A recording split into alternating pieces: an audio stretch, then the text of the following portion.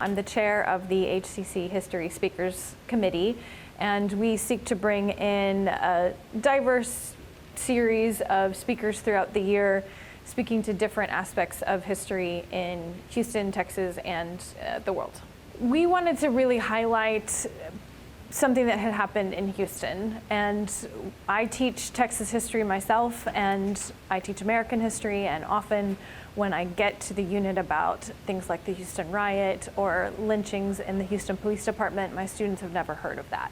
So we really wanted to highlight the African American experience in Houston and bring that to the forefront and hopefully tell a story that not everyone's familiar with. Here we are today examining what happened that night.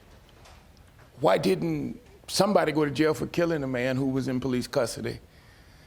And the other part of that is, what is the function of police in a modern society that are in the questioning and answer part we'll be dealing with today. It is important for us to understand that where we are standing is hallowed ground, that somebody has lived here and somebody has died here. But more importantly, their death and their life meant something to somebody.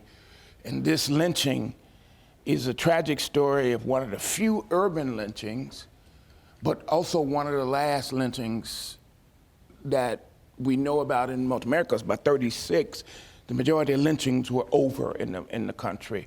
They began to use a different method of terror against black folks at that time, shooting them, throwing them over the river like they did Emmett Till. And so it is important for us to know our history so we won't repeat it. I want them to gain an understanding of the complexity of race relations in Houston, as well as the sort of progression of politics and how people have interacted throughout the history in Houston, and to gain a better understanding of where we've come from, and again, to hopefully understand more about a story that they weren't familiar with. We're doing a talk on a piece from my book and my research on Houston, on the lynching of Robert Powell, a 1928 lynching that happened in June of 1928, and the police were involved. Powell was taken from their custody and lynched that night off of what they call Post Oak Road, but apparently it was in the area where the Galleria is now, and people who've tried to go find the spot can't find it now because all of that has changed over there. But the 28 lynching happened almost simultaneously with Houston's desire to get the 1928 Democratic Convention here. So all of this is happening, and these people in Houston are saying, we're not a racist city. And so in less than 3 weeks, they had to do a bunch of spin to try to fix this. It's a really good opportunity to highlight the work of African American scholars today as well, because as we expand our knowledge of history and the diversity of history, we want to make sure that we're giving a platform to a variety of voices.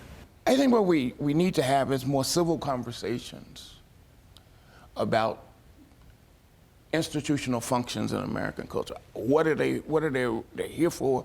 What is our responsibility in the society? What are their responsibilities and their roles? But most of all, I hope we can walk away with the idea that if we get to know each other just a little better, things will improve.